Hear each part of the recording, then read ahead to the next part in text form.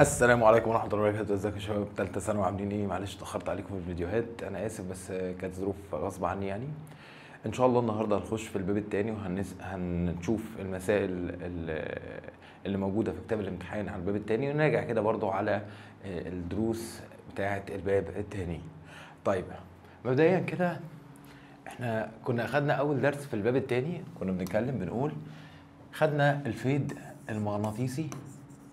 قلنا ان الفيد المغناطيسي ده هو عبارة عن حاصل ضرب البي ماجنتيك في الاي ماجنتيك في الساين سيتا.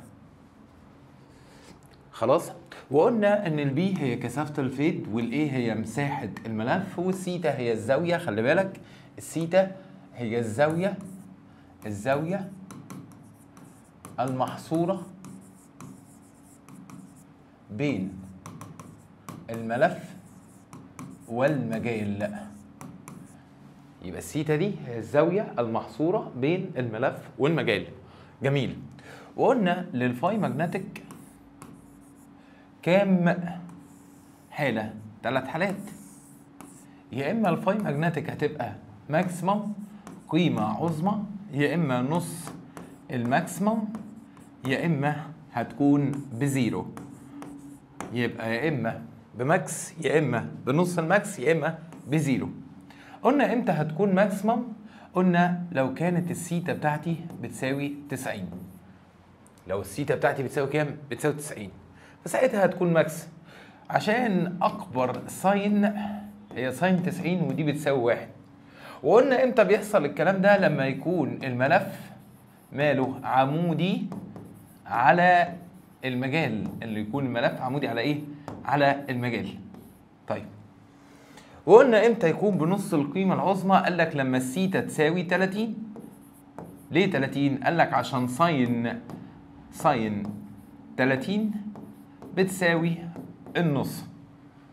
وامتى ده بيحصل؟ قال لك لما يكون الملف مائل على المجال بزاوية كام؟ بزاوية 30 درجة. جميل. وقلنا امتى يكون بزيرو؟ قال لك لما تكون السيتا بزيرو، عشان ساين زيرو بزيرو. وامتى ده بيحصل؟ لما يكون الملف موازي للمجال، لما يكون الملف موازي للايه؟ للمجال. جميل. حلو. ده يعتبر اللي احنا اخدناه او اللي اتكلمنا عليه في الفيد. وقلنا اذا دار الملف، اتكلمنا برضو لو دار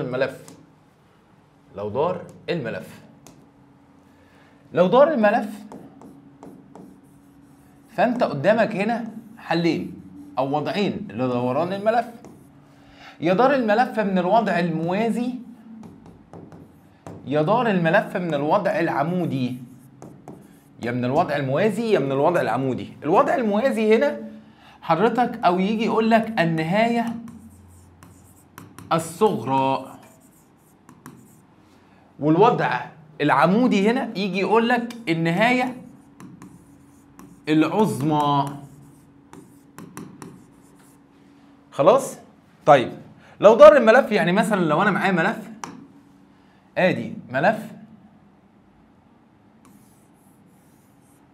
محطوط موازي، ده كده الملف محطوط موازي للمجال، ادي خطوط الفيد موازيه مين؟ موازيه الملف، ده كده المجال، ده كده الوضع الموازي للملف مع المجال. او يكون معايا ملف خلاص يكون ماله؟ يكون عمودي على المجال، يكون عمودي على المجال، يعني عامل مع المجال زاويه كام؟ زاويه 90. فهنا لو دار الملف مثلا قال لي 30 درجة، دار الملف 30 درجة، قال لك حضرتك هنا الملف ماله مع المجال؟ موازي للمجال. فبالتالي لو دار الملف 30 درجة، لو دار الملف كده 30 درجة، فيبقى الملف عامل مع المجال زاوية كام؟ زاوية 30. طب لو دار الملف من الوضع ده، والله حضرتك هو هنا يا هيدور كده يا هيدور كده، فهيدور كده 30، فهياخد من هنا 30، فهتبقى الزاويه بينه وبين المجال، بين الملف والمجال 60.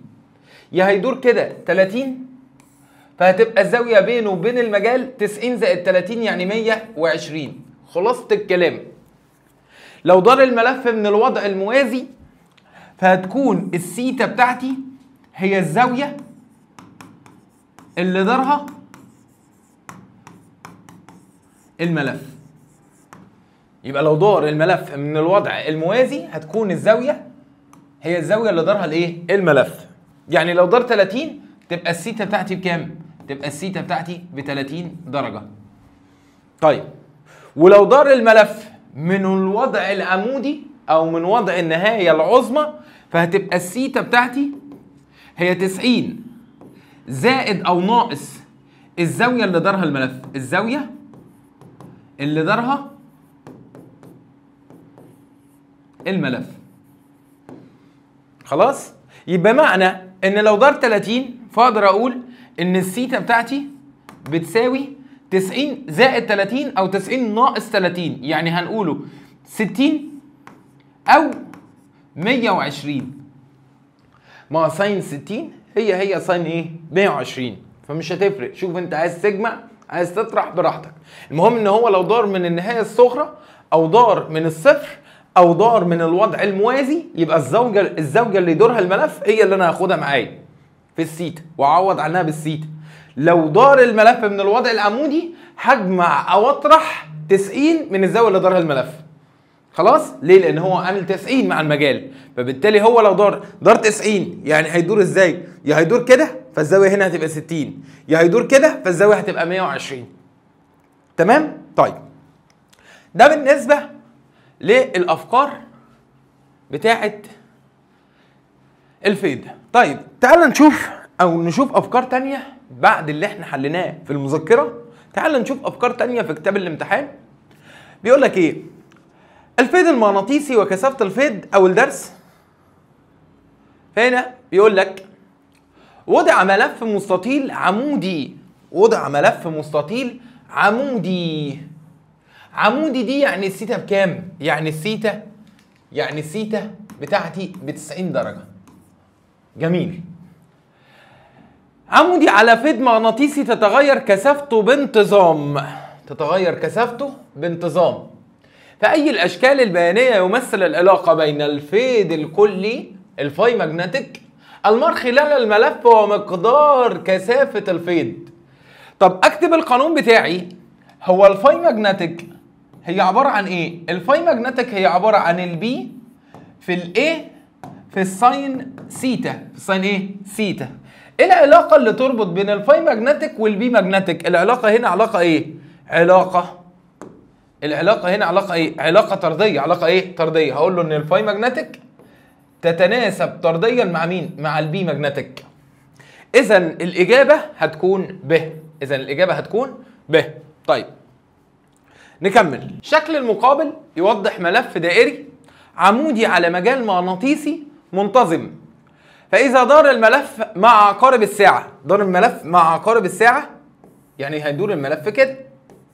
دار الملف مع عقارب الساعة يعني هيدور الملف بالشكل ده اللي احنا شايفينه. خلاص؟ دار الملف مع عقارب الساعة حول محوره كده، هيدور الملف كده. فإن الفيد الذي يخترق الملف يزداد يقل يساوي الصفر. حضرتك ادي خطوط الفيد على الملف هيدور كده. ايه اللي هيحصل لخطوط الفيد؟ هتميل؟ اكيد لا، هيفضل عمودي. فتفضل الفيد او يفضل الفيد زي ما هو ما يتغيرش، فيفضل الفيد زي ما هو ما يتغيرش. طيب السؤال اللي بعده، حلقة مساحة مقطعها 2. نكتب المعطيات بتاعتنا. ادي المساحة معايا خلاص بكام؟ ب2/10 متر مربع. وضعت عمودية يعني الثيتا بتاعتي ب90 درجة على خطوط فيد مغناطيسي منتظم. كثافة فيده البي ماجنتيك هتساوي 4/100 تسلا. فإن الفيد المغناطيسي الذي يمر، طيب هعوض بالقانون بتاعي الفاي ماجنتيك بتساوي البي في الايه في الساين سيتا. البي في الايه في الساين ايه سيتا. طيب الفاي ماجنتيك بتساوي البي بكام؟ ب4/100 تسلا في المساحة بكام؟ ب2/10 متر مربع في ساين 90. يعني هيطلع معايا الناتج بمقدار 8/1000 ويبر. 8/1000 ايه؟ ويبر. وتبقى الإجابة د. طيب شوف السؤال اللي بعده.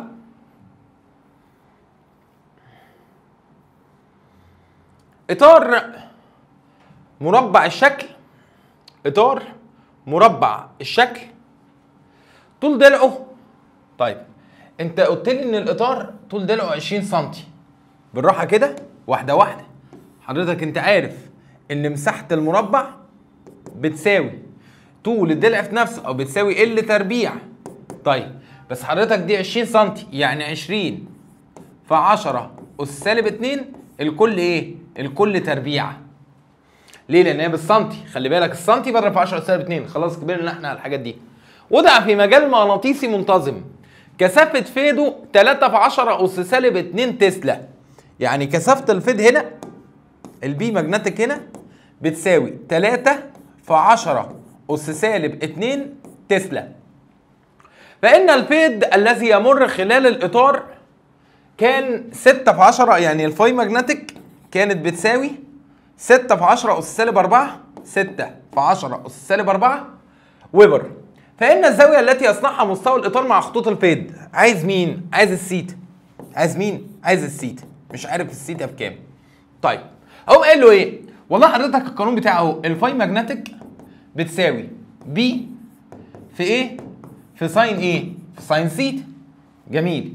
طب أنا عايز الساين سيتا، أقسم هنا على البي في الإيه؟ وأقسم هنا على البي في الإيه. حلو. يطلع معايا ان الساين سيتا بتساوي بي في الايه، راحت مع البي في الايه، بتساوي فاي ماجنتيك على بي في ايه. فاي ماجنتيك على بي في ايه. فاروح اعوض.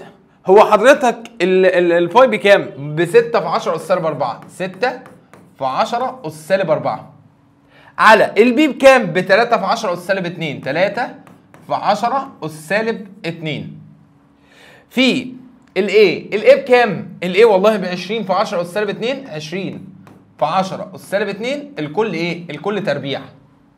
يطلع معايا المقدار دوت بنص. يطلع معايا المقدار ده بكام؟ بنص. اذا الساين سيتا بكام؟ بنص. طب هو حضرتك انا عايز زاويه، اعمل ايه؟ والله حضرتك قول لي شيفت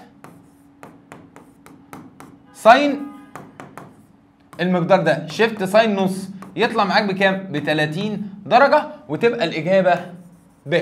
تبقى الإجابة ب. لحد هنا الدنيا تمام. طيب شوف السؤال اللي بعده. ملف مساحته 2 متر مربع، وضع في مجال مغناطيسي كثافة فيده 5/100 ويبر لكل متر مربع، بحيث يكون الفيد المار نهاية عظمى. كلمة الفيد المار نهاية عظمى بتقول لي اننا دلوقتي الملف عمودي على المجال. الملف ماله؟ الملف عمودي على المجال. خلاص؟ طيب فإن الفيد المغناطيسي خلال الملف عندما يدور دوران ملف من هذا الوضع الايه؟ الوضع العمودي. خلاص؟ طيب 30 درجة. دار 30. هات لي السيتا الأول. أجمع أو أطرح كام؟ 90. يبقى أقول له 90. هو بيدور من الوضع العمودي. أقول له طالما الملف بيدور من الوضع العمودي يبقى أنا هجمع أو أطرح كام؟ فين أهو؟ دور الملف من الوضع العمودي. فين؟ أهي. دار الملف من الوضع العمودي. يبقى الزاوية بتاعتي هي عبارة عن 90 زائد أو ناقص الزاوية اللي دارها الملف. عبارة عن 90 زائد أو ناقص الزاوية اللي دارها. أنا يا عم هجمع تبقى 90 تبقى 90 زائد 30. يبقى الزاويه هنا بكام؟ يبقى الزاويه اللي انا هعوض فيها بالقانون بكام؟ هعوض هنا ب 120. طيب الثيتا هنا ب 45. هو دار 45 دار من الوضع العمودي، يبقى اجمع واطرح 90 يبقى زائد 45. 90 و45 135. 135 درجه. طيب تعال نحل دول. يلا هقول له كده هعوض القانون ده ان الفاي ماجنتيك هي عباره عن البي في الايه في الساين ايه في الساين ثيتا. طيب حبيب قلبي البي بكام؟ ب 2 متر مربع. سوري، البي ب 5 من 100. البي ب 5 من 100 وبر لكل متر مربع. في الايه بكام؟ ب 2 متر مربع. في اول سؤال الثيتا بكام؟ ب 120. الثيتا بكام؟ يبقى في ساين 120. هقوم حاطط 5 من 100 على الآلة بتاعتي. 5 من 100 في 2 في ساين كام؟ 120. يطلع معايا جذر 3 على 20 يعني هيطلع معايا 86 يعني بالتقريب 87 من 1000 ويبر. جميل. طب ده لما دار كام؟ 120 درجة. طب لما يدور 45 يبقى 90 زائد 45 135.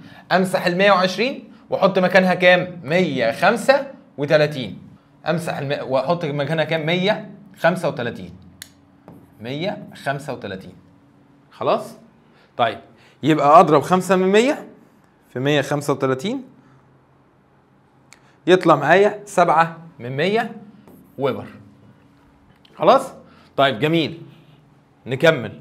طب لو دار الملف 135 درجة هقول له والله تبقى الثيتا بتاعتي هو بيدور من الوضع العمودي، يبقى الثيتا بتاعتي زائد او ناقص 90 يبقى 90 زائد 135. 90 زائد 135 يديني 225. 225 يبقى الثيتا بتاعتي اللي هقعد عليها ب 225 درجة. حلو. امسح ال 135 واحط مكانها كام؟ واحط مكانها 225. يبقى 5 من 100 في 2 في ساين 225 تطلع معايا سالب 7 من 100. تطلع معايا سالب 7 من 100. طب دار الملف 180 تبقى الثيتا بتاعتي بكام؟ 90 زائد 180. 90 و180 يعني 270. يبقى الزاويه بتاعتي اللي انا هعوض بيها 270. امسح دي ماشي من الاول. يبقى ديت 7 من 100 دي 7 من 100 دي 87 من 100. هنا هقول له ان الثيتا بتساوي 90 زائد 180 يعني هتطلع ب 270. يبقى اقول له الفاي ماجنتيك هتساوي البي في الايه في الساين ايه في الساين 270. الفاي بتاعتي البي بتاعتي ب5 من 100 والايه بتاعتي ب2 في ساين 270 تطلع معايا سالب 1/10. سالب 1/10 ويبر. اوكي نشوف السؤال اللي بعده. وضعت عدة ملفات مستطيلة مختلفة المساحة في مجال مغناطيسي منتظم. مبدئيا الرسم ده رسم بياني. خلاص؟ فأنا أول حاجة هروح أجيبها بسم الله الرحمن الرحيم هروح أجيبها هو الميل الاسلوب. طيب الاسلوب هجيبه ازاي؟ ميل فيزيائي وميل رياضي. الميل الرياضي انت اعطيني ارقام فهجيب فرق صادات على فرق سينات. يعني هقسم ال4 من 100 دول على ال2 من 10. فرق صادات على فرق سينات يعني هقسم 4 من 10 على 2 من 10.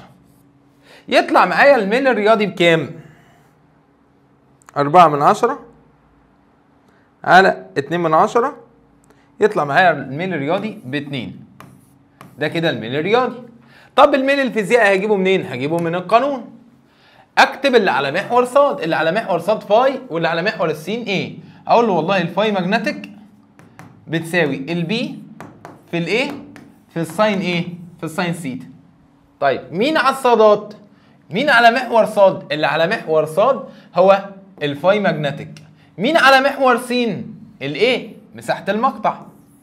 خلاص، ده اللي على محور الصادات وده اللي على محور السينات. معامل السينات هو الميل، معامل السينات هو الميل. طب والايه دي مضروبه في ايه؟ مضروبه في الاي ساين سيتا في البي ساين سيتا. يبقى الايه مضروبه في مين؟ في البي والساين سيتا. اذا الميل بيساوي بي ساين سيتا، والميل الرياضي بيساوي كام؟ 2. ساوي ده بده. يلا خلي بالك بيقول لك ايه؟ وضعت عدة ملفات مستطيلة مختلفة المساحة في مجال مغناطيسي وتميل عليه بزاوية 30. يعني الملف مايل على المجال بزاوية كام؟ 30. يعني أنا هشيل السيتا دي وأحط مكانها كام؟ وأحط مكانها 30 درجة، ساين 30. طب أنا عايز مين؟ احسب كثافة الفيض. أقسم هنا على ساين 30 وأقسم هنا على ساين إيه؟ على ساين 30. ساين 30 راحت مع ساين 30، ساين 30 بنص مقام المقام بسط. إذا كثافة الفيض هتساوي 4 تسلا. إذا كثافة الفيض هتساوي كام؟ 4 تسلا، وتبقى الإجابة ب. أول حاجة مسألة فيها رسم آني، جبت الميل الرياضي فرق الصادات على فرق السينات فطلع معايا 2. الميل الفيزيائي بجيبه من القانون، بكتب القانون فاي ماجنتيك بتساوي بي في ايه في ساين سيتا. شوف مين على الصادات الفاي، مين على السينات الايه. معامل السينات هو الميل، يعني البي في الساين سيتا هو الميل. طيب نشوف السؤال الثاني. سؤال رقم 6، سؤال رقم 7. حلو قوي السؤال ده، وحليت السؤال ده مع مجموعة قبل كده، وكان السؤال يعني هو مش صعب بس هو محتاج منك تفكير شوية. الشكل المقابل يوضح وضعين مختلفين لملفين اكس، لملفين اكس وملف واي. مساحة، انا كده معايا المساحة دي، كده المساحة بتاعتي 2/10 متر مربع. يبقى انا كده على جنب كده معايا المساحة بتساوي 2/10 متر مربع، 2/10 متر مربع. مش هعمل حاجة في المساحة، مش هحولها. موضوع في مجال مغناطيسي منتظم كثافة فيدو، يبقى البي ماجنتيك بتساوي 8/10 تسلا، 8/10 تسلا. فيكون التغير في الفيد، عايز مين؟ عايز الدلتا فاي، عايز الدلتا فاي. اتكلمنا وقلنا يعني ايه مقدار التغير في الفيد او التغير في الفيد عموما. التغير في الفيد هنا، فانا بجيب، انا هنا عندي مقدارين للفيد، فيد في الحاله الاولى وفيد في الحاله الايه الثانيه. انا هنا عندي كام مقدار؟ عندي مقدارين، فيد في الحاله الاولى وفيد في الحاله الثانيه. طيب اول حاجه هنا، انا لما يبقى عندي تغير في الكميه بكتب القانون واشوف التغير فين. يعني مثلا ادي القانون بتاعي ان الفاي ماجنتيك هي عباره عن البي في الايه في الساين ايه في الساين سيتا. خلاص. فبص، انت عايز باي ولا عايز دلتا باي؟ لا انا عايز الدلتا باي، عايز التغير في الفيد. طب يا ترى هو مين اللي اتغير؟ كثافه الفيد؟ لا كثافه الفيد ثابته ما اتغيرتش. هو مين اللي اتغير؟ مساحه الملف؟ لا مساحه الملف ثابته ما اتغيرتش. اللي اتغير هنا الزاويه، اللي اتغير هنا الزاويه بين الملف والايه والمجال. يبقى المتغير هنا مين؟ الزاويه. يبقى احط هنا الدلتا. يبقى هقول له هنا الدلتا فاي، الدلتا فاي هي بتساوي البي في الايه في دلتا ساين سيتا، في دلتا ساين ايه سيتا. طب والدلتا ساين سيتا دي هي عباره عن ايه؟ ساين سيتا 1 ساين سيتا 2 ناقص ساين سيتا 1. لما يقول لي مقدار او تغير، فانا بدل ما بروح اجيب له الفاي 2 وبعد كده اروح اجيب له الفاي 1 وبعد كده اطرح فاي 2 من فاي 1، لا انا هعمل ايه؟ انا هكتب القانون واشوف التغير في مين؟ التغير في السيتا يبقى هقول له كده ساين ثيتا 2 ناقص ساين ثيتا 1. طب التغير في المساحه يبقى مساحه الملف الثاني ناقص مساحه الملف الاولاني. التغير في كثافه الفيض يبقى كثافه الفيض الثانيه ناقص كثافه الفيض الايه؟ الاولى. معايا؟ هنا التغير كان في مين؟ لا في المساحه ولا في كثافه الفيض ولا كمان، لكن التغير كان في الزاويه، التغير كان في الزاويه. اول حاجه هبص ليها، الله ال 90 دي هي بين الملف والمجال؟ لا، ده كده اسمه العمودي على الملف. اسمه العمودي على ايه؟ على الملف. يبقى ده كده اسمه العمودي على الملف. هنتفق مع بعض اتفاق. عطاك اي زاويه غير بين الملف والمجال اطرحها من 90. تاني، عطاك اي زاويه غير الملف والمجال اطرحها من 90. طيب الزاويه هنا بين مين ومين؟ بين الملف والعمودي على المجال. الزاويه هنا بين الملف او بين المجال والعمودي على الملف. بين المجال والعمودي على الملف، اطرحها من كام؟ اطرحها من 90. ليه يا مستر؟ اصل الثيتا دي هي الزاويه بين الملف والمجال، هي الزاويه بين الملف والمجال. الزاويه بين الملف والايه؟ والمجال. اي زاويه ثانيه اطرحها من 90. هل ال 90 دي 90 درجه عشان ما نخشش خلافات مع بعض؟ هل ال 90 درجه دول بين الملف والمجال؟ لا، ده بين المجال والعمودي على الملف. يبقى اطرحها من كام؟ اطرحها من 90. 90 ناقص 90 تديني كام؟ صفر. يبقى ثيتا 1 بصفر. طيب هل ال 60 دي هو عاطيني زاويه بين العمودي على الملف، بين العمودي على الملف خلاص والمجال. عاطيني الزاويه بين العمودي على الملف والمجال. العمودي على الملف والمجال ب 60، يبقى الزاويه بين الملف والمجال بكام؟ ب 30. اي زاويه غير الملف والمجال اطرحها من 90. خلاص؟ هفهمك ليه، هفهمك. خد بص تعال. فين الديسكتوب؟ بص بالراحه خالص، بالراحه، عشان هنحتاج الكلام ده في الباب الثالث. لو ده كده اتجاه المجال، وده اتجاه الملف، هيبقى ده الضلع ده هيبقى اسمه ايه؟ العمودي. هيبقى اسمه العمودي على مين؟ على المجال. وهيبقى الضلع ده اهو، ده اللي عامل زاويه 90 مع الملف، هيبقى اسمه ايه؟ العمودي على الملف. يبقى ده كده هيبقى اسمه العمودي على المجال، وده هيبقى اسمه ايه؟ العمودي على الملف. انا الثيتا بتاعتي في الفيض، الثيتا بتاعتي اللي هنا بين مين ومين؟ بين الملف والمجال. بين الملف والايه؟ والمجال.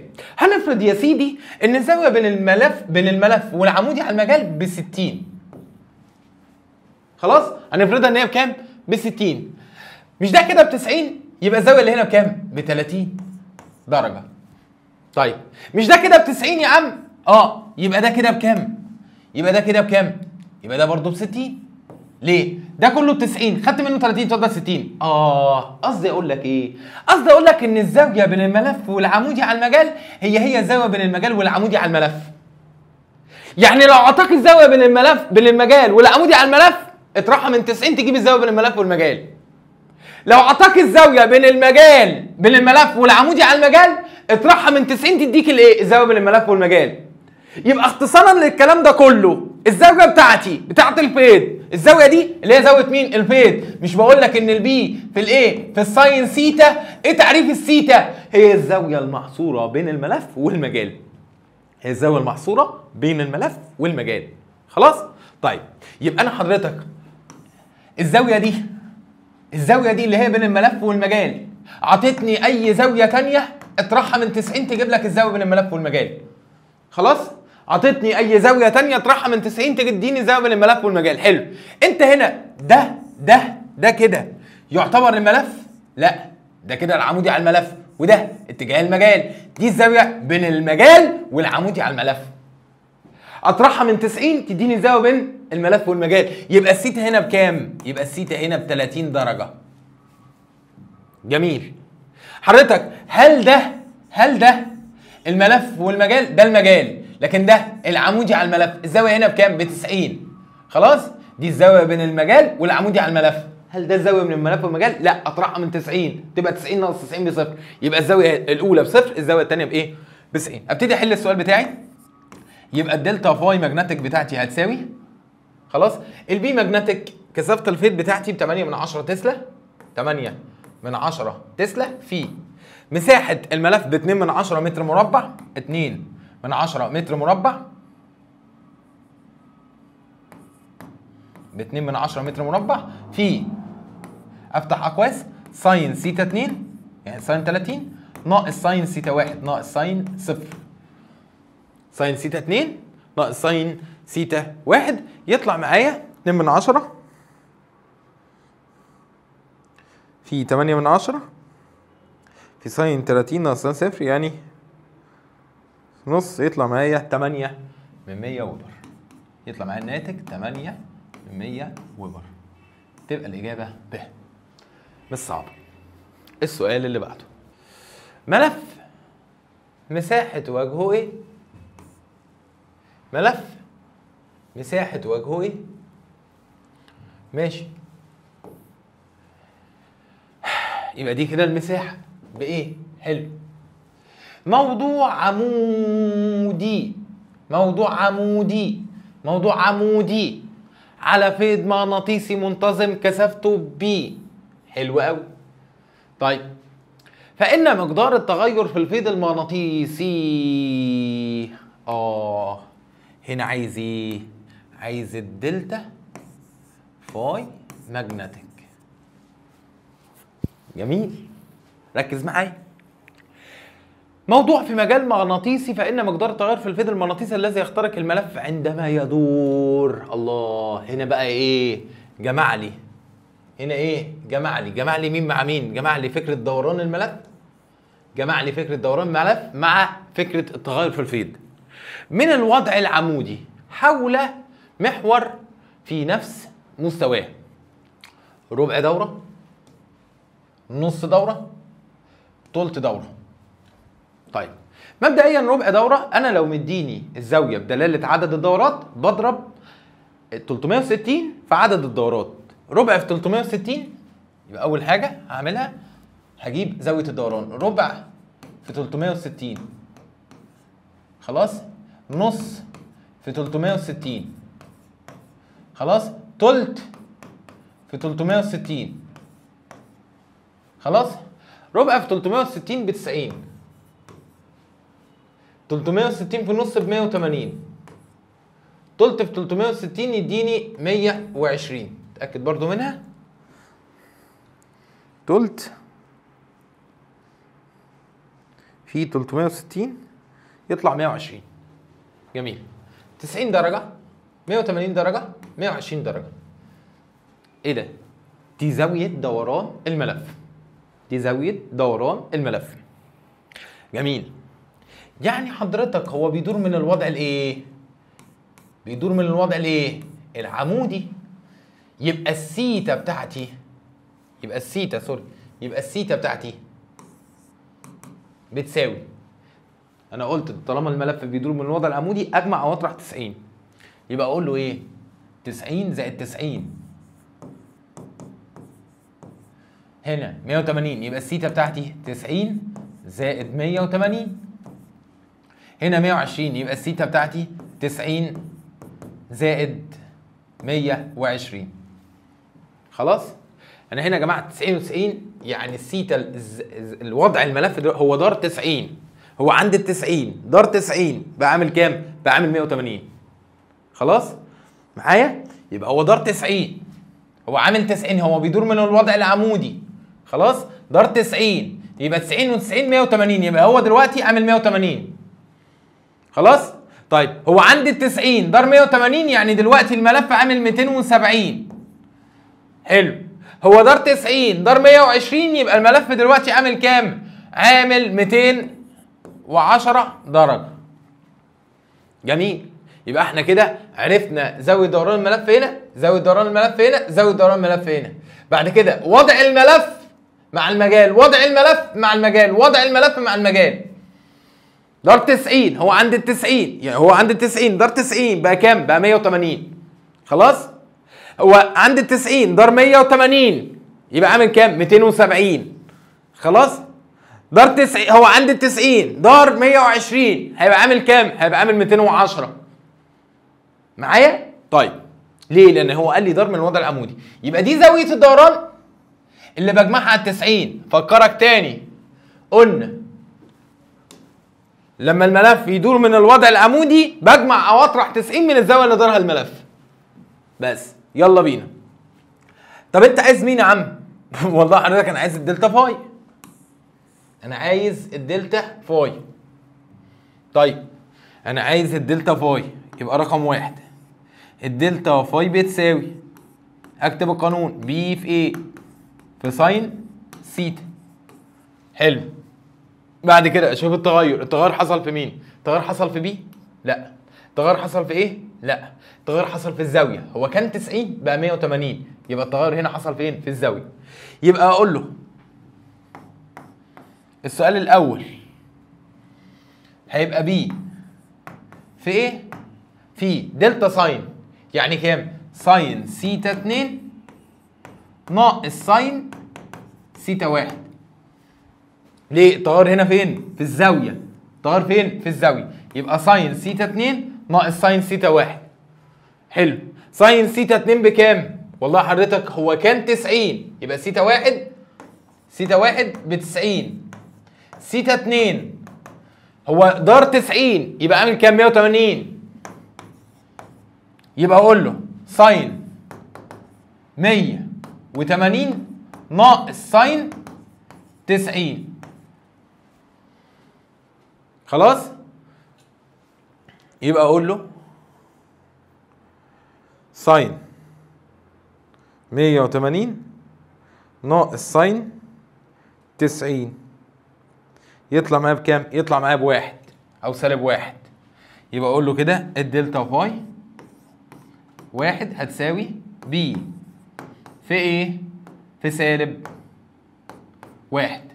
ماشي، يعني سالب بي في ايه؟ يعني سالب بي في ايه؟ ما هو ساين 180 ناقص ساين 90 بسالب واحد. يعني سالب بي في ايه؟ بالراحة كده. هو السالب ده سالب ايه؟ مقدار ولا اتجاه؟ لا ده سالب اتجاه. سالب ايه؟ اتجاه. ليه؟ لأن حضرتك الملف غير وضعه. بدل ما هو كان كان في النص الأول اللي فوق بقى في النص اللي تحت. فبالتالي حضرتك الملف غير وضعه، فالسالب دي سالب اتجاه، يبقى مقدار التغير في الفيد يبقى بي في ايه؟ حلو. تعالى تاني ولا كأننا قلنا حاجة. السؤال التاني، وضع الملف الأولاني كان 90 لأن هو عمودي، دار الملف نص دورة يعني دار 180. طيب يبقى 180 زائد 90 يبقى الزاوية اللي عندها دلوقتي الملف ب 270، يبقى السيتا 2 بكام؟ ب 270. يلا عوض بي في ايه؟ في ساين سيتا 2 ناقص ساين سيتا 1، يبقى بي في ايه؟ في ساين سيتا 2 الزاوية التانية بكام؟ ب 270 ناقص ساين 90. هطرح ساين 270 ناقص ساين 90 تطلع معايا بكام؟ بسالب 2. يبقى الإجابة التانية سالب 2 في البي في الايه. السالب قلنا هو سالب اتجاه، يبقى سالب 2 بي في ايه. سالب قلنا هو سالب اتجاه، أنا عايز مقدار، يبقى المقدار بتاعي 2 بي في ايه. جميل. الزاوية المسألة اللي بعديها امسح دي. هو الملف عمودي، سيتا 1 ب 90، دار الملف طولت دورة يعني دار 120، دار الملف 120 درجة. طيب هو من الوضع العمودي يعني هو عامل 90 دار 120 يبقى عامل كام؟ 210 درجة. يبقى اقول له ساين سيتا 2 يبقى سيتا 2 ب 210، يبقى ساين سيتا 2 ساين 210 ناقص ساين 90. ساين 210 ناقص ساين 90 تطلع معايا سالب 3 على الاتنين، سالب 3 على الاتنين مضروبة في البي في الايه. طيب السالب ده سالب اتجاه زي ما قلنا، يبقى المقدار بتاعي 3 على الاتنين مقدار التغير في الفيد في البي في الاي. يبقى الاجابه هتبقى ج. اظن السؤال مش صعب، خلاص محتاج بس افهم اتدرب عليه. هيدي السؤال تاني عشان اتفرج عليه مره تانيه عشان خاطر تثبت المعلومه معاك. حلينا السؤال دوت في المذكره معانا. قلنا لو ملف ماشي في مجال شكل مقابل يوضح مربع يتحرك بسرعه ثابته الى يمين الصفحه مخترقا مجال مغناطيسي عمودي على الصفحه والى داخل، فإن العلاقة بين الفيض المغناطيسي الذي يمر خلال الملف أثناء حركته من الوضع B A للوضع B. طيب حضرتك طول الملف ده طول الملف ده زي ما هو عاطيني، خلاص. طول المسافة اللي أنا هتحرك فيها 2 فبالتالي حضرتك هنا مفيش مجال، هنا المجال عمودي للداخل، فبالتالي المجال هيبتدي إن هو يخش، خلاص. فالفيض يزيد يخش، فالفيض يزيد يخش لغايه ما يكتمل ويبقى الفيض كله او خطوط الفيض بتقطع مين؟ بتقطع الملف. يعني الفيض هيبتدي ان هو يزيد يزيد يزيد لغايه ما يبقى قيمه عظمى، يفضل بقى ثابت في القيمه العظمى، ثابت لغايه ما يبتدي يخش في الموضع B، هيبتدي يطلع من المجال فيبتدي يقل لغايه ما يطلع كله يبقى بصفر. يبقى يزيد يزيد يزيد يزيد يفضل ثابت شويه وبعد كده يقل يرجع تاني للصفر، تبقى الاجابه د. السؤال اللي بعده بيقول مكعبان اكس وواي طول ضلعيهما 2L و L على الترتيب. حلو. هو انا ماليش دعوه حضرتك بالاضلاع، انا ليا دعوه بالمساحه. يبقى مساحه الوجه المقابل للفيض بالنسبه للمربع واي هيبقى واي هيبقى طبعا انا عارف ان مساحه المربع اللي تربيع، يعني هتساوي 2L الكل تربيع، يعني مساحه واي هتساوي كام؟ 2 تربيع ب4 وال تربيع بال تربيع. حلو. يبقى مساحه الحته دي كده خلاص 4L تربيع، مساحه الحته دي كده 4L تربيع، لان ده الوجه، مساحه الوجه ده. طيب مساحه الوجه الصغير بتاع اكس طول الضلع بال، فعشان كده حضرتك انا هقول ان مساحه اكس ال تربيع، يعني هتساوي ال تربيع، يبقى مساحه اكس هتساوي كام؟ هتساوي ال تربيع. طيب علوي كل منهما مجال مغناطيسي منتظم كما بالشكل كده المجال او كثافه الفيض منتظمه، خلاص كده كثافه الفيض مالها منتظمه، خلاص. والاثنين عمودي، الاثنين المجال عمودي، فبالتالي اي من العلاقات التاليه يمثل العلاقه بين الفيض المار خلال السطح. عايز العلاقه بين الفيض خلال السطح العلوي. طيب فاي ماجنتيك بتساوي بي في ايه في ساين سيتا. كثافه الفيض على الملفين ثابته، المساحه مش ثابته، الساين الاثنين عمودي، الاثنين عمودي، يبقى الساين سيتا ثابته. اذا الفاي ماجنتيك تتناسب طرديا مع المساحه. اذا فاي ماجنتيك اكس على فاي ماجنتيك واي هتساوي اي اكس على اي واي. ابتدي ان انا اعوض اي اكس بكام؟ والله حضرتك اي اكس ب تربيع، واي واي بكام؟ ب4 تربيع. تربيع راحت مع تربيع بواحد على 4 طرفين في ايه؟ في وسطين، يبقى فاي واي فاي ماجنتيك واي بتساوي 4 فاي ماجنتيك اكس، 4 فاي ماجنتيك اكس، تبقى الاجابه د. صعبه؟ السؤال اللي بعده حلو برضو، السؤال ده فكرته جديده.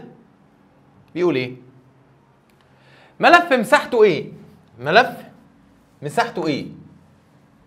موضوع كليا كان محطوط في المجال ده، اهو ده كده المجال اللي كان محطوط فيه المربع او الملف. منتظم علوي منتظم عمودي على مستواه، فمر خلال وجهه فيض مغناطيسي، ده كده الفيض اللي مر خلال الملف. تم تحريك الملف بحيث قلت المساحه، حركت الملف في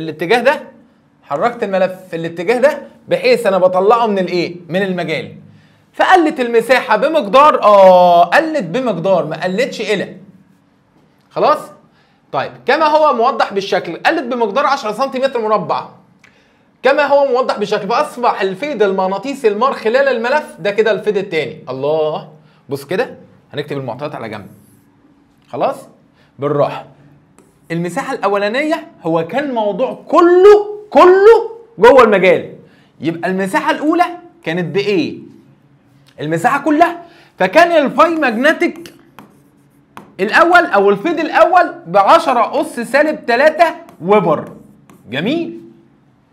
لما انا شديت الملف، حركت الملف، المساحه قلت بمقدار 10 سنتيمتر مربع، يبقى المساحه الثانيه بتساوي ايه ناقص 10 سنتيمتر مربع.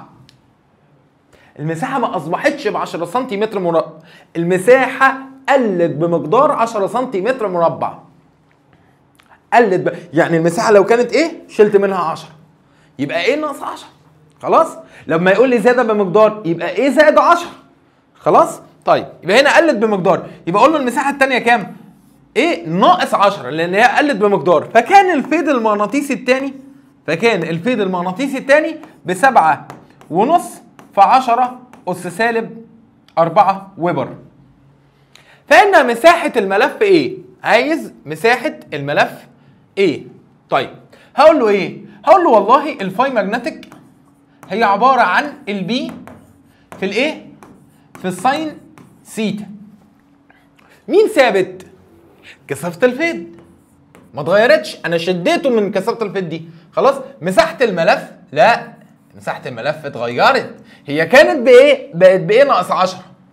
الزاوية لا، المجال لسه عمودي على ايه؟ على الصفحة، يبقى دي ثابتة. إذا العلاقة بين الفاي والايه؟ علاقة ايه؟ علاقة طردية. نعوض، يبقى الفاي ماجنتيك 1 على الفاي ماجنتيك 2 بتساوي ايه 1 على 2. يلا نعوض. الفاي ماجنتيك 1 بكام؟ ب 10 اس سالب 3. الفاي ماجنتيك 2 بكام؟ ب7.5 في 10 اس سالب 4 بتساوي الايه 1 بايه؟ والايه 2 بكام؟ والايه 2 بايه؟ ناقص 10. والايه 2 بايه ناقص 10. مش هحول هنا عشان هو عايز في الاختيارات سنتيمتر مربع. طرفين في وسطين. 7.5 في 10 أس سالب 4 في ايه؟ يبقى 7.5 في 10 أس سالب 4 في ايه؟ بتساوي 10 أس سالب 3 هتتضرب مرة في الايه؟ وهتتضرب مرة في ال10. يبقى 10 أس سالب 3 ايه؟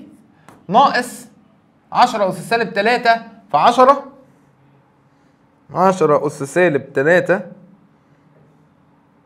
في 10 بتديني 10 أس سالب، تديني 10 تديني 1 من 100. تديني كام؟ 1 من 100. جميل. هقوم عامل ايه بقى؟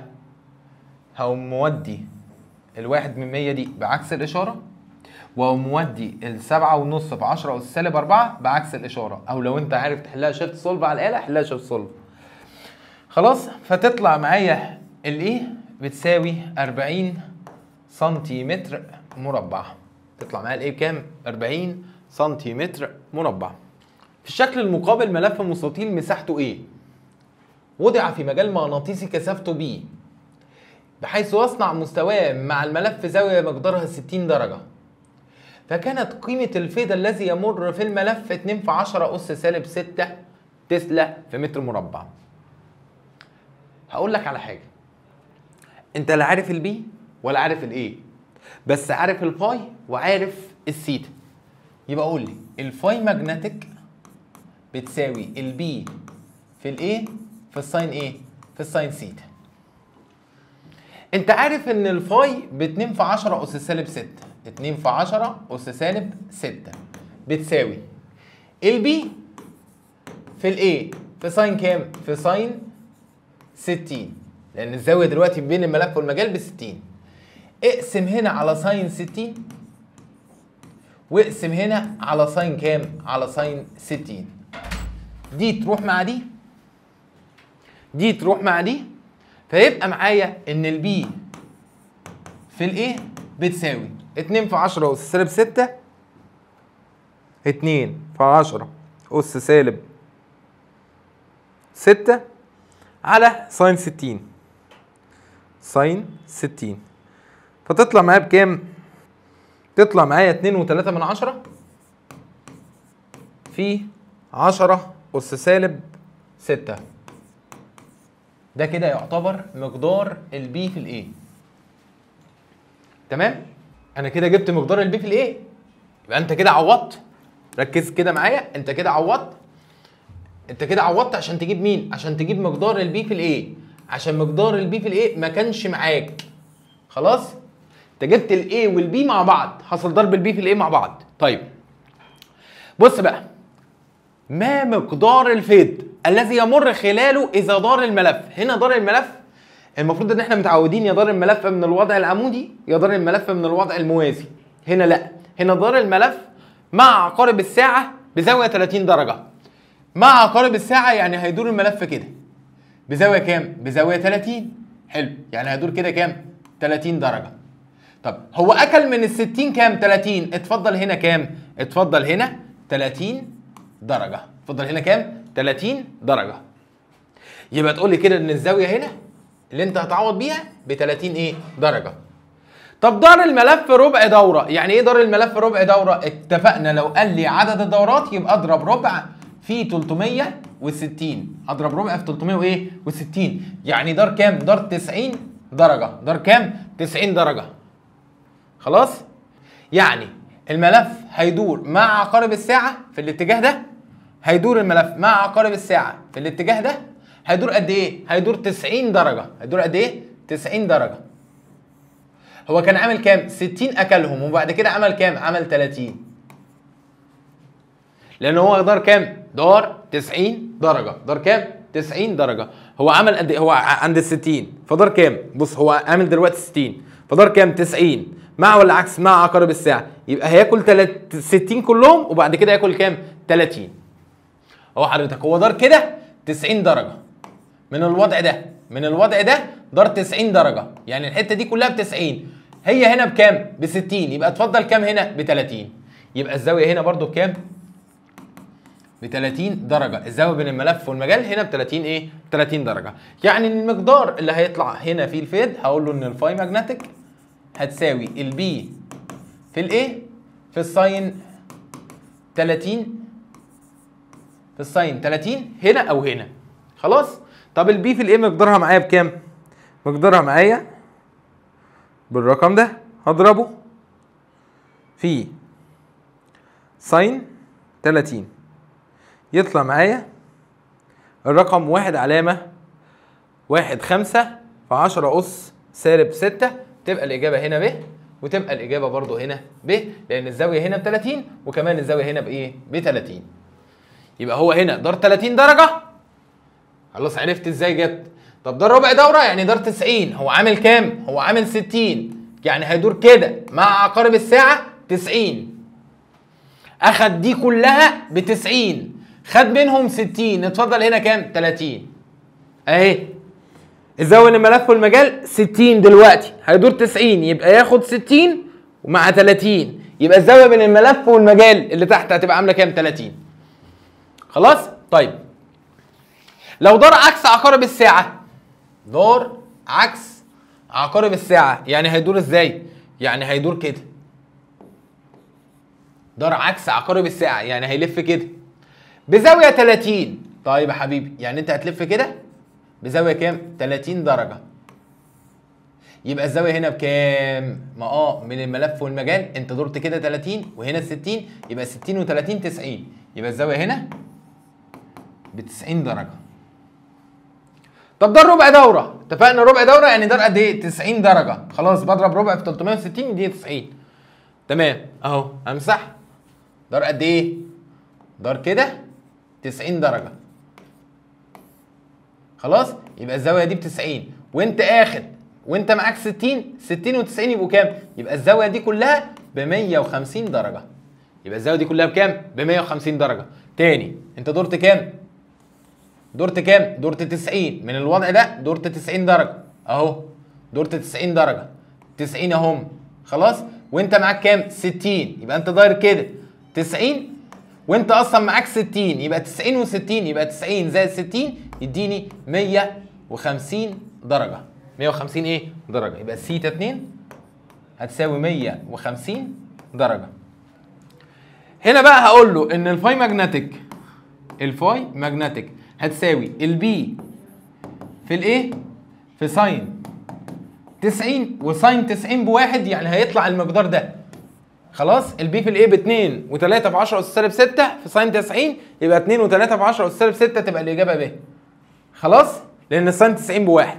طب تعالى هنا، ده الربع دوره يعني ده 150، يبقى اقول له ان الفاي ماجنتيك هتساوي البي في الايه؟ في الساين كام؟ في الساين 150.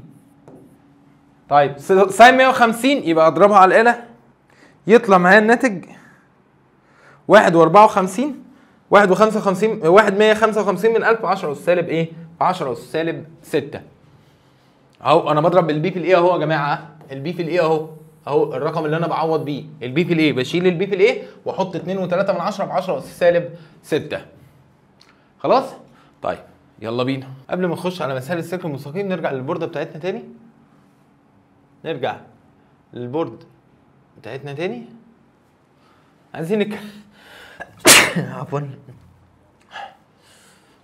عايزين نتكلم على السلك المستقيم. اتكلمنا على السلك المستقيم لو بيمر فيه تيار كهربي شدته اي، وانا عايز احسب محصله كثافه الفيض عند نقطه تبعد عن السلك المستقيم مقدارها دي. فقلنا ان البي ماجنتيك لملف او لسلك مستقيم بتساوي او بتتناسب مع شده التيار، وقلنا ان البي ماجنتيك بتتناسب برضو عكسي مع الدي. وقلنا ان احنا هنشيل علامه التناسب ونطلع ان البي ماجنتيك بتساوي، حضرتك حط عامل التناسب ميو على 2 باي، ميو على 2 باي في اي على ايه؟ على دي. اذا ده كثافه الفيض لسلك مستقيم بيساوي ميو اي على 2 باي دي. واتفقنا برضو ان الميو هو مين الميو؟ مين الميو؟ معامل الايه؟ النفاذيه. معامل الايه؟ النفاذيه. ومعامل النفاذيه هي قدره الوسط على نفاذ خطوط الفيض، قدره الوسط على نفاذ خطوط الفيض، والوحده بتاعته ويبر خلاص لكل امبير في متر، او تسلا في متر لكل امبير، تسلا في متر كل امبير، او ويبر في امبير سالب 1 في متر سالب 1، او تسلا في متر في امبير سالب 1. وقلنا ان معامل نفاذيه الهواء الميو بتاعه الهواء ب 4 باي في 10 اس سالب 7. وقلنا ان ده اقل معامل نفاذيه، وان اكبر معامل نفاذيه هو معامل نفاذيه الحديد المطوع خلاص. طيب ليه معامل نفاذيه الحديد المطوع؟ لان هو يعمل على زياده وتركيز خطوط الفيض على الملف او على محور الملف. طيب ده بالنسبه لمين؟ ده بالنسبه لمعامل النفاذيه. قلنا برضو ان احنا ممكن نعمل لعبه كده، ان احنا بدل ما نشتغل ونجيب كثافه الفيض بالشكل ده الميو اي على ال2 باي دي، ممكن نختصر الميو على ال2 باي دي، ممكن نختصرها ونقول ان الميو على 2 باي دي، ما هي الميو دي هي 4 باي في 10 اس سالب 7، وال2 باي اهي، نودي الباي مع الباي على الاتنين فيها الواحد على الاتنين فيها الاتنين، فنختصر القانون ونخلي ان البي ماجنتيك لسلك مستقيم بيساوي 2 في 10 اس سالب 7 في اي على دي. واتكلمنا وقلنا ان الاي هي شده التيار اللي بتمر في السلك، وان دي هي البعد العمودي عن محور السلك. وقلنا لو التيار بيعدي كده ازاي نحدد اتجاه المجال، ولو التيار بيعدي كده ازاي نحدد اتجاه المجال، ولو التيار بيعدي كده ازاي نحدد اتجاه المجال، ولو التيار بيعدي كده ازاي نحدد اتجاه المجال، عن طريق قاعده امبير لليد اليمنى. امبير لليد اليمنى. طبعا احنا عارفين الاتجاهات بتاعتنا كده الاعلى، كده الاسفل، كده يمين الصفحه، كده يسار الصفحه، كده عمودي الى الداخل وكده عمودي الى الخارج. طب عايز احدد اتجاه المجال في سلك مستقيم، ده اتجاه التيار، ده اتجاه الايه؟ التيار. يبقى المجال بيلف كده، يبقى من هنا داخل ومن هنا ايه؟ خارج. من هنا داخل ومن هنا ايه؟ من هنا كده داخل ومن هنا ايه؟ خارج. طيب ده اتجاه التيار، يبقى من هنا داخل ومن الناحيه الثانيه ايه؟ خارج. يبقى هنا اكسات وهنا ايه؟ دواير. ده اتجاه التيار، يبقى من هنا داخل ومن الناحيه الثانيه ايه؟ خارج. يبقى كده داخل وكده ايه؟ وكده خارج. ده اتجاه التيار، يبقى من هنا داخل ومن الناحيه الثانيه خارج اهو. طيب ده اتجاه التيار عمودي الى الداخل، يبقى المجال بيلف ازاي؟ بيلف مع عقارب الساعه، يلف كده. وركز في الحته دي كويس جدا عشان بيسال عليها كتير. ده السلك مستقيم فهو بيلف كده. طب لو انا عايز اتجاه المجال في النقطه دي، لو انا عايز اتجاه المجال في النقطه دي هعمل ايه؟ هعمل مماس، يبقى المجال نازل لتحت اهو. خلاص؟ طب انا عايز المجال في النقطه دي هعمل مماس. طب انا عايز المجال في النقطه دي هعمل مماس. عايز المجال في النقطه دي هعمل مماس بالشكل ده. يبقى اتجاه المجال في النقطه دي نازل، اتجاه المجال في النقطه دي ليسار الصفحه، اتجاه المجال في النقطه دي لاعلى الصفحه، اتجاه المجال في النقطه ديت يمين الصفحه. طب المجال هنا عمودي وايه؟ عمودي الى الخارج، يبقى المجال بيلف عكس عقارب الساعه. يبقى المجال بيلف عكس عقارب الساعه بالشكل ده. عايز اتجاه بالنسبه لدول، عايز اتجاه اي نقطه على جنبهم اعمل مماس. اعمل مماس عند النقطه دي، بس الاول حدد الاتجاه. خلاص؟ ما هو مع عقارب الساعه ولا عكس عقارب الساعه. نرجع تاني للسؤال بتاعنا. 17 اي من الاشكال البيانات التاليه يمثل العلاقه بين كثافه الفيض المغناطيسي بي عند النقطه اكس والبعد دي للنقطه اكس. طيب هكتب القانون. هكتب القانون بتاعي. البي ماجنتيك بتساوي 2 في 10 أس سالب 7 في اي على دي. خلاص؟ طيب حضرتك دلوقتي انت عايز علاقه بين مين ومين؟ بين البي ماجنتيك وبين الدي. اي من الاشكال البيانات التاليه يمثل العلاقه بين كثافه الفيض المغناطيسي، كثافه الفيض عند نقطه اكس والبعد دي للنقطه اكس عن محور السلك، عن محور السلك. طيب يبقى العلاقه هنا علاقه ايه؟ علاقه عكسيه تناقصيه. علاقه عكسيه تناقصيه، تبقى الاجابه د. طيب السؤال اللي بعده. السؤال اللي بعده حلو قوي السؤال ده. لا وسعهولي كده، هات لي دي هنا. حلو. بيقول لك ايه؟ بيقول لك عايز، خلينا بالاخضر كده عشان يبقى لون مميز. بالشكل المقابل يوضح سلك مستقيم ب حول 4 بوصلات. ابرد كل منهما في مستوى الزوال الارضي. يعني ايه كلمه مستوى الزوال الارضي؟ مستوى الزوال المغناطيسي. كلمه مستوى الزوال المغناطيسي ان المنطقه اللي موجود فيها البوصله دلوقتي دي ما فيهاش اي مجالات مغناطيسيه غير مجال الارض. وان مركبه، خلي بالك، مركبه مجال الارض دايما تشير للقطب الشمالي، دايما بتشير للقطب الايه؟ الشمالي. فدايما هتلاقي ان البوصلات بتشير من ناحيه القطب الايه؟ الشمالي. هنا ان، هنا ان، هنا ان، هنا ان. ليه؟ لان مفيش مجال في الحته دي غير مجال الارض، فعشان كده المنطقه دي اسمها مستوى الزوال المغناطيسي. طيب فبيقول لي ايه؟ عند مرور تيار كهربي خلال السلك اتجاهه الى اسفل. اتجاهه لايه؟ اتجاهه الى اسفل يعني الى داخل الصفحه، الى داخل الايه؟ الصفحه. يعني اتجاه المجال دلوقتي الى داخل الايه؟ الى داخل الصفحه، يعني اكس. اول ما يقول لي اتجاه التيار اقوم عامل ايه؟ اقوم محدد قاعده امبير لليد اليمنى. ده اتجاه المجال، ده اتجاه التيار، يبقى المجال بيلف كده، بيلف كده مع عقارب الساعه. بيلف ازاي؟ بيلف كده مع عقارب الايه؟ مع عقارب الساعه. طيب يبقى بيلف كده. بص بص، هاجي عند كل نقطه وامر عليها بدايره كده. خلاص؟ هيلف ازاي؟ مع عقارب الساعه كده كده كده كده.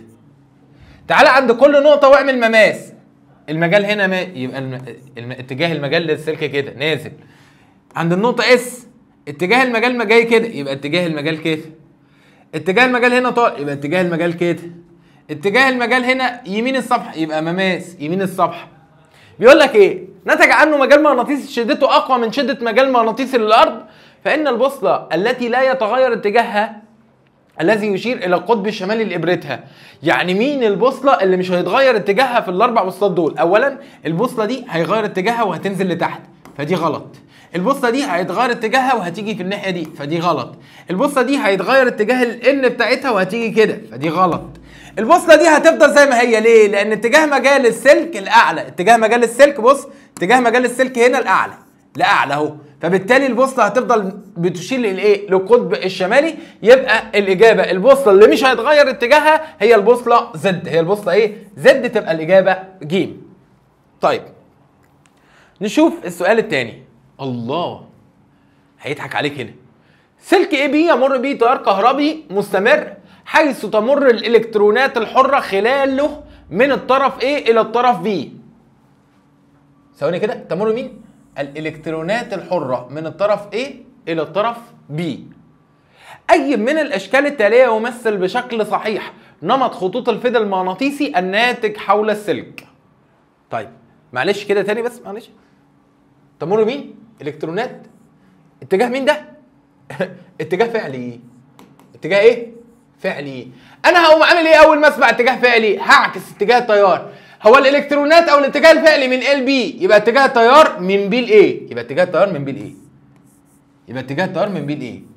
يبقى اتجاه ده اتجاه اصطلاحي، يبقى اتجاه التيار من بي لايه؟ ليه؟ انت اديتني ان ده اتجاه فعلي. اول ما بلاقي اتجاه فعلي اغير اتجاهه، اخليه اتجاه ايه؟ اخليه اتجاه تقليدي او اتجاه اصطلاحي. خلاص؟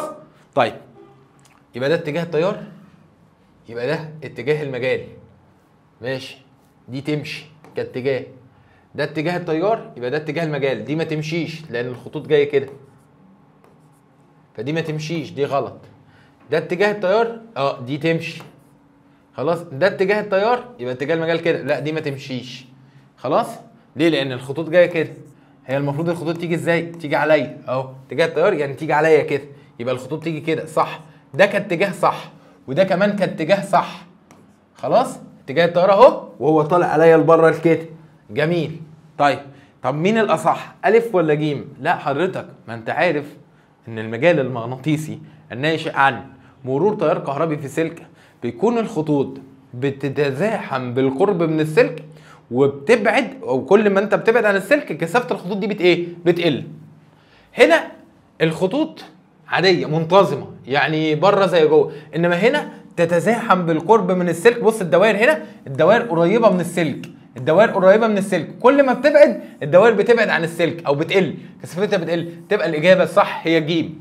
الاجابه الصح هي ج. السؤال اللي بعده. شكل مقابل يوضح سلك مستقيم عمودي على مستوى الصفحه ويمر تيار كهربي الى داخل الصفحه.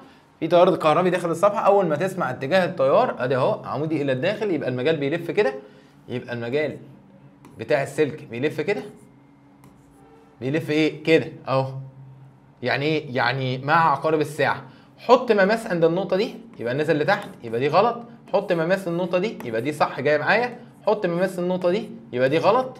حط مماس النقطه دي، وده اتجاه وده اتجاه، يبقى دي ايه؟ دي غلط. مفيش غير ان السهم اللي جاي معايا بس هو السهم بتاع بي، او السهم بتاع السهم بتاع بي، تبقى الاجابه الصح هي بي. يقول لك الشكل المقابل يوضح سلك مستقيم اي بي سي دي تقع في مستوى الصفحه على ابعاد متساويه من السلك، فان النقطه التي يكون عندها اتجاه السهم يعبر بشكل صحيح عن اتجاه المجال المغناطيسي عن التيار. بص حضرتك، السهم سي جاي كده والسهم بتاع المجال نزل لتحت، السهم دي جاي كده والسهم بتاع المجال جاي يمين، السهم ايه جاي كده والسهم بتاع الايه بتاع المجال طالع لفوق. السهم دي هو الوحيد اللي جاي مع السهم بتاع المجال، يبقى الاجابه الصح هي دي. طيب السؤال اللي بعده. الشكل المقابل يمثل سلك مستقيم عمودي على الصفحه ويمر به تيار كهربي الى خارج الصفحه، فان المجال المغناطيسي يكون في اتجاه الشمال الغربي. الشمال الغربي والله حضرتك ده الشمال اهو، كتر الف خيره، ده الشمال، ده الجنوب، ده الشرق، ده الغرب. شمال الغربي يعني انا عايز الاتجاه بتاعي، يعني انا عايز الاتجاه بتاعي كده. جميل. انا هعمل ايه؟ والله حضرتك اتجاه السلك ده عمودي على مستوى الصفحه والى الخارج، والى خارج الصفحه، يبقى اتجاه التيار كده، يبقى اتجاه المجال عكس عقارب الساعه، يبقى اتجاه المجال اهو هعمله كده عكس عقارب الايه؟ الساعه بالشكل ده. هاجي عند النقطه دي اهو بالشكل ده، بيلف عكس عقارب الايه؟ الساعه. عند النقطه دي هعمل مماس، عند النقطه دي هعمل مماس، عند النقطه دي هعمل مماس، عند النقطة دي هعمل مماس. فين السهم اللي جاي معايا؟ عند النقطة بي اهو، شمال غربي شمال غربي. اوعى تقول لي النقطة ايه؟ النقطة ايه؟ جاية ناحية الجنوب الغربي. انما النقطة بي النقطة بي هي اللي جاية ناحية الشمال الايه؟ الغربي. تبقى الإجابة ب. طيب السؤال اللي بعده، السلك المستقيم بيقول سلك مستقيم يمر بيه تيار شدته 4 امبير، فاذا علمت ان كثافه الفيض، يبقى ده شده التيار بتاعتي، ده الاي 4 امبير. فاذا علمت ان كثافه الفيض المغناطيسي عند نقطه تبعد على محوره بتساوي 2 في 10 أس 5 تسلا، فان بعد النقطه عن محور السلك بيساوي قد ايه متر؟ طبق في القانون. والله حضرتك البي ماجنتيك، يلا القانون بتاعنا بقى 2 في 10 أس سالب 7 في اي على ايه؟ على دي. يا اما تحلها شفت سولف، يا اما تنزل البي تحت وتطلع الدي فوق. تبقى الدي بتاعتك بتساوي 2 في 10 أس سالب 7 في اي على البي ماجنتيك. عوض 2 في 10 أس سالب 7 في الاي ب4 على كثافة الفيض 2 في 10 أس سالب 5. عوض كده 2 في 10 أس سالب 7 في 4 على 2 في 10 أس سالب 5. يطلع معاك 4 من 100. 4 من 100 4 من 100 ايه؟ متر. تبقى الإجابة د. تبقى الإجابة ايه؟ د. طيب السؤال اللي بعده، سؤال 23 بيقول لك تيار كهربي شدته اي يمر في سلك مستقيم، فكانت كثافة الفيض المغناطيسي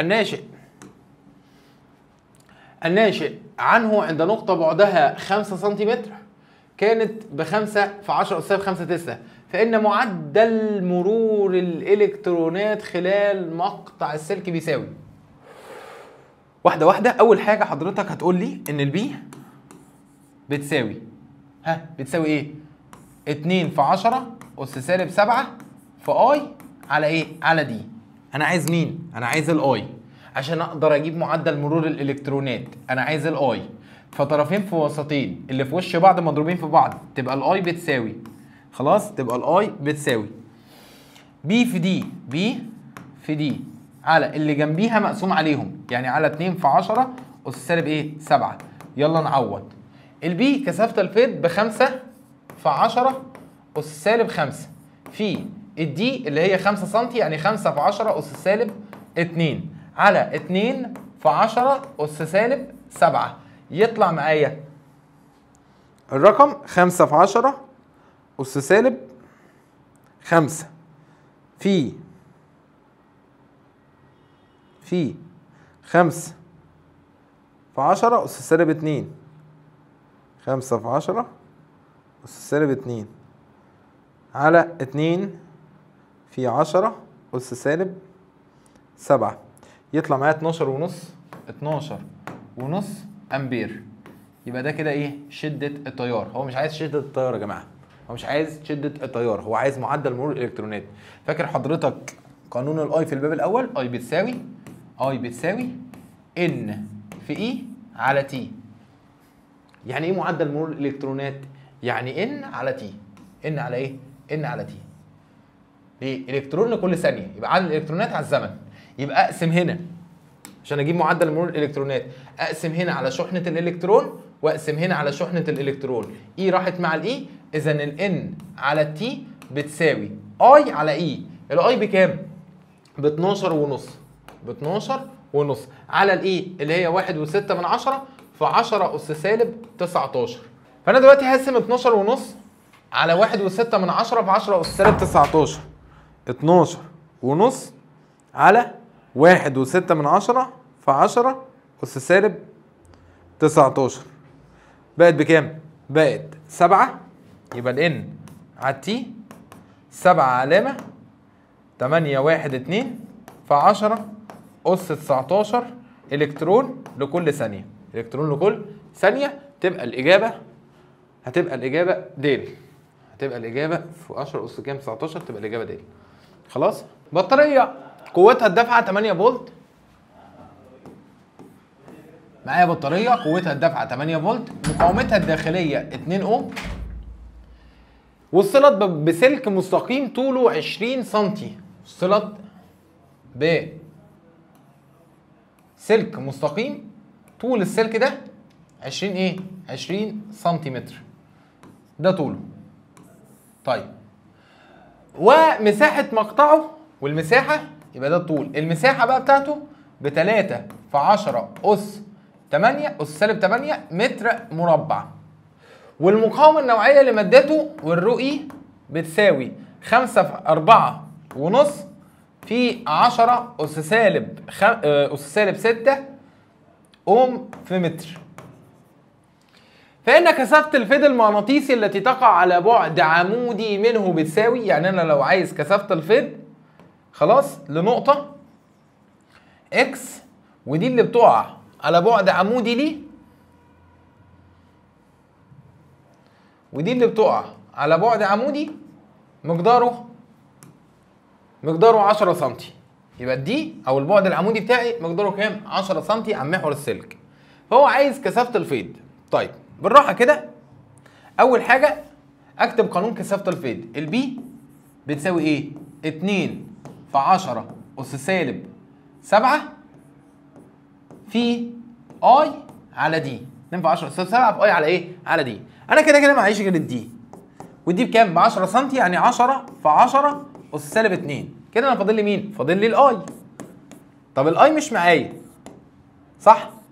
بس ده قانون اوم للدايره المغلقه، ان الاي بتساوي، ان الاي هروح اجيب الاي الاول، هقول له الاي بتساوي في بي على ار توتال زائد ار سمول.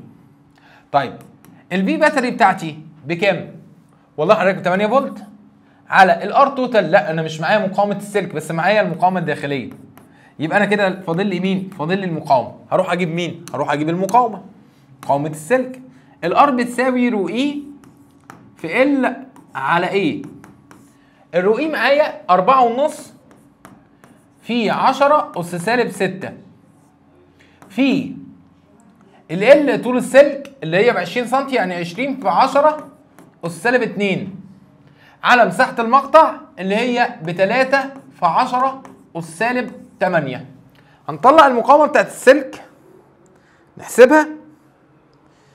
4.5 في 10 اس سالب 4.5 في 10 اس سالب 6 مضروبه في 20 في 10 اس سالب 2 على 3 في 10 اس سالب 8. تطلع معايا ب 30 اوم. تطلع معايا بكام؟ ب 30 اوم. حلو. هروح اعوض بقى، ما انا جبت الار، هروح اعوض فهجيب مين؟ فهجيب الاي. بقت 30 يبقى 8 على 32. 8 على 32 فيها الربع امبير، فيها الربع ايه؟ امبير. خلاص كده هطلع اعوض فوق. انا خلاص بقى معايا الاي، طلعتها بايه؟ بربع امبير. هقول ان البي بتساوي 2 في 10 اس سالب 7 في الاي اللي هي بربع على الدي اللي هي بكام؟ ب 10 في 10 اس سالب 2. 10 في 10 اس سالب 2. يبقى اضرب 2 في 10 اس سالب 7، 2 في 10 اس سالب 7 في الاي اللي هي بربع على 10 في 10 اس سالب 2. يطلع معايا بكام؟ يطلع معايا ب 5 في 10 اس سالب 7 تسلا. 5 في 10 اس سالب 7 تسلا. 5 في 10 اس سالب 7 تسلا. تبقى كثافة الفيض هتبقى الإجابة ب. نشوف السؤال اللي وراه. السؤال اللي وراه السؤال رقم 25. في الشكل الموضح تكون قيمة كثافة الفيض المغناطيسي الناشئ عن مرور تيار كهربي في سلك عند النقطة إكس. طب أنا هروح الأول أجيب كثافة الفيض. هل كثافة الفيض لو دي بعد عمودي المفروض الناس هتعمل إيه؟ البي هتساوي 2 في 10 أس سالب 7 في شدة التيار اللي بتعدي 2 أمبير على البعد العمودي اللي هو 10 في 10 أس سالب 2. خلاص، فيطلع معاك الناتج 4 في 10 أس سالب 6 تسلا. أس سالب 6 تسلا. فالناس تجري بقى تروح تجيب مين؟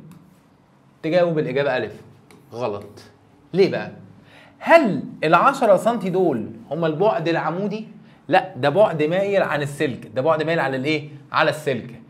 هو ساعتها كان هيبقى بعد عمودي لو السلك عامل كده، لكن السلك مال من النقطة، قرب من النقطة، مش ده البعد العمودي حضرتك. امال فين البعد العمودي؟ اهو اللي عامل مع السلك زاوية كام؟ اللي عامل مع السلك زاوية 90، هو ده الدي. وهل الدي بيساوي ال10 ولا اقل من ال10؟ لا، الدي طبعا اقل من ال10. هل الطول ده زي الطول ده؟ اكيد لا. والله حضرتك اقول له ان الدي اقل من ال10 سنتيمتر، اذا كثافة الفيض اكبر،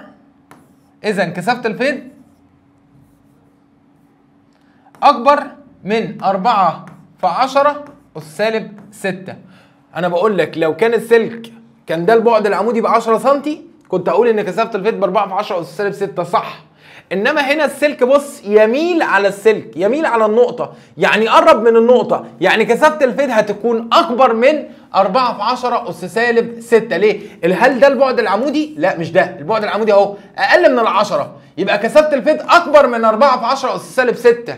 ليه؟ لأن العلاقة ما بين كثافة الفيض والبعد العمودي علاقة عكسية، علاقة إيه؟ عكسية، كل ما قربت من النقطة كثافة الفيض بتزيد. هنوقف لحد هنا إن شاء الله ونكمل في الفيديو جاي. خلاص؟ أشوفكم على خير إن شاء الله الحصة الجاية، والسلام عليكم ورحمة الله وبركاته.